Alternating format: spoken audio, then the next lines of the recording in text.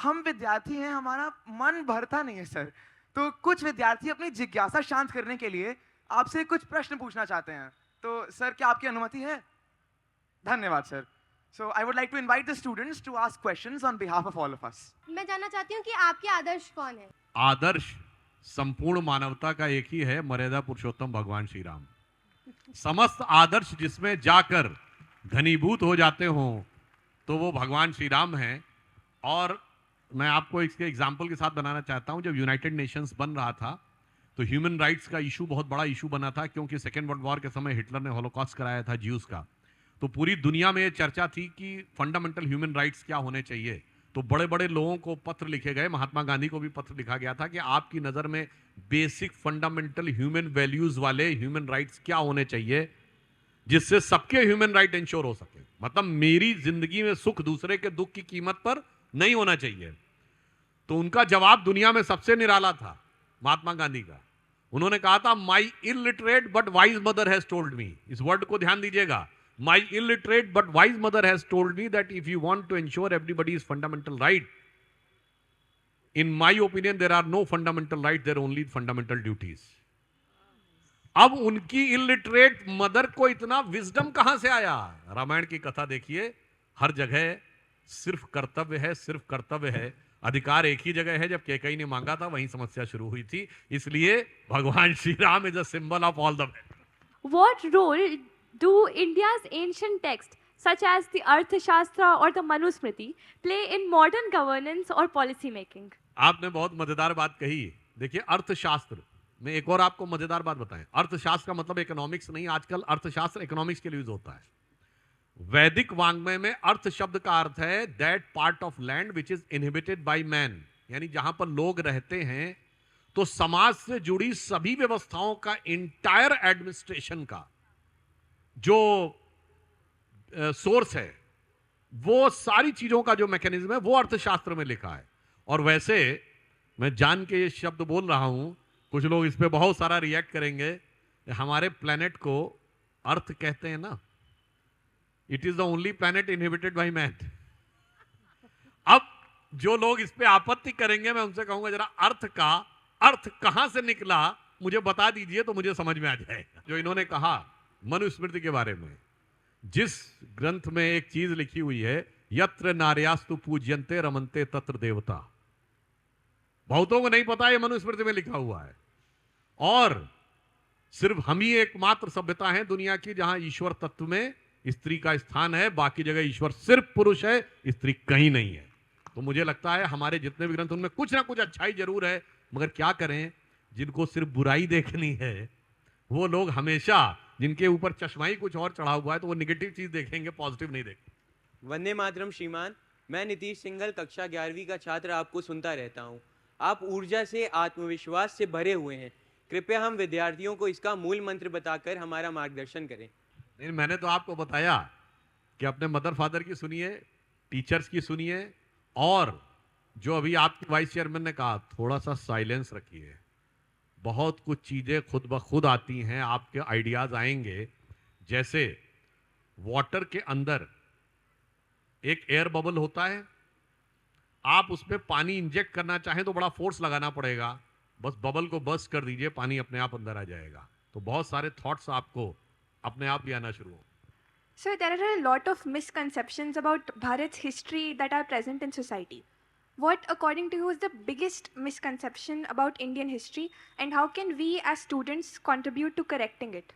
अब इसमें तो इतना ज्यादा है कि क्या कहा जा सकता, पर मैं आपको यही एक लाइन में बता देना चाहता हूं। The concept and fundamental thinking of history of ours and theirs is different.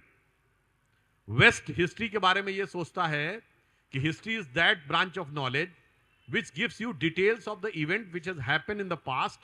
If you can clearly and exactly define what has happened and when it has happened, then it is history. ठीक? अब अगर आज मैं आपसे पूछूं कि Julius Caesar has invaded England in 40 BC and 60 BC, how does it matters today? अगर 1527 में खानवा की लड़ाई हुई या 1526 में पानीपत की पहली लड़ाई हुई, वो किस ढंग से लड़े थे बाबर और इब्राहिम लोदी, आज क्या रिलेवेंस है? कोई रिलेवेंस नहीं। तो कई बार लोग कहते हैं हिस्ट्री तो बेकार का विषय है। हमारे यहाँ इतिहास जानते क्या कहा गया? इतिहास वह विद्या है जो प्राचीन काल में हुई घटनाओं को उस रूप में प्रस्तुत कर सके जिससे समाज में आज सकारात्मक मूल्य और आदर्श स्थापित किए जा सके। इसलिए हमारे यहाँ रामलीला का महत्व है।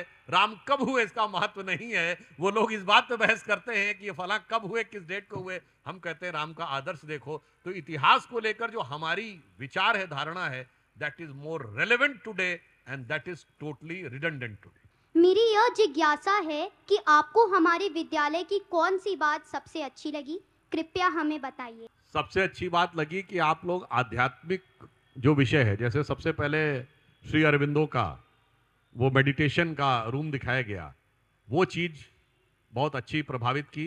क्योंकि जब तक आध्यात्म नहीं, और फिर अभी जैसे एग्जीबिशन देखी तो क्या दिखाया गया, तरह तरह की चीजें जो आपके अंदर आर्ट है, म्यूजिक है, साहित्य है, इसकी क्रिएटिविटी को आगे बढ़ाने के लिए। क्योंकि अगर ये ना हो ना, तो एक संस्कृत का श्लोक है, साहित्य संगीत कला विहीना साक्षात पशु पुच्छ विषाणहीना। मतलब अगर कोई साहित्य और संगीत और कला, ये तीन चीजें नहीं है, तो बस आप ये समझ लीजिए कोई एक ऐसा जानवर है जिसके सींग और पूंछ नहीं है, बाकी वो अपने थॉट प्रोसेस में वैसा ही है। तो जो overall development of society personality है, that is quite.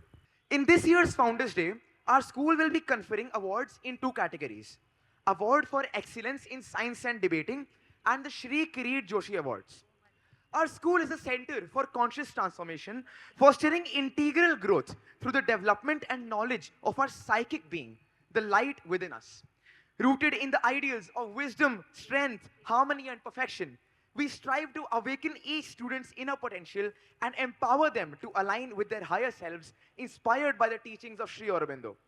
A visionary central to our philosophy is Sri Kirit Joshi ji, a spiritual luminary, philosopher, and transformative educator. A devoted disciple of Sri Aurobindo and the Mother, he dedicated his life to inner awakening and the realization of the self. As chairman of the Indian Council of Philosophical Research and educational advisor to the government of India, he infused education with higher consciousness, blending spiritual wisdom with intellectual clarity. In his honor, our school has instituted the Kirit Joshi Awards to recognize individuals who transcend the ordinary and pursue self-discovery and inner transformation. I would humbly request our chief guest and all our respected dignitaries to please come and felicitate the students. Firstly, the award for excellence in science and debating goes to Karthik Agarwal. Karthik is a great student excelling in both academics and extracurricular activities. He finished first at the Vidyarthi Vigyan Manthan camp from the North Zone, earning the renowned Srijan internship, which included visits to IIT Ropar and DRDO. A skilled debater, he also won the ASISC National Debate and received the Best Speaker Award. Vande Mataram, everybody. So, in class 8, I participated in the Vidyarthi Vigyan Manthan, which is a science and math-based competition. I reached the national level, and there I won first place in the North Zone of India. And with that, I qualified for an internship, which was organized by them only, called the Srijan internship, and I did that as well. Yes, and I also won an award for debating at the ASISC National Debate in the literary events. And he just participated in something called RECO, started by for leading children of class 7th, 8th, 9th. And the founder of that company rang me up and said, "Ye bacha aapka bahut pahunchega kahin." He's such a fantastic child. He has reached the second level in that. The Shri Kirit Joshi Award for a complete person celebrates consistent efforts to refine the physical, vital, and mental being, embodying a life of purpose and harmony. This award is conferred upon Ishan Srivastav. Next up, we have Yashvardhan Singh. Icha Singh from the Navshrijan School. Can we please have a huge round of applause? Shri Kirit Joshi Award for passion for spiritual studies is awarded for consistent spiritual exploration, perceiving problems and offering adhyatmic solutions to raise universal consciousness. This award is conferred upon Krinali Nayak. The next up, we have Saransh Mishra.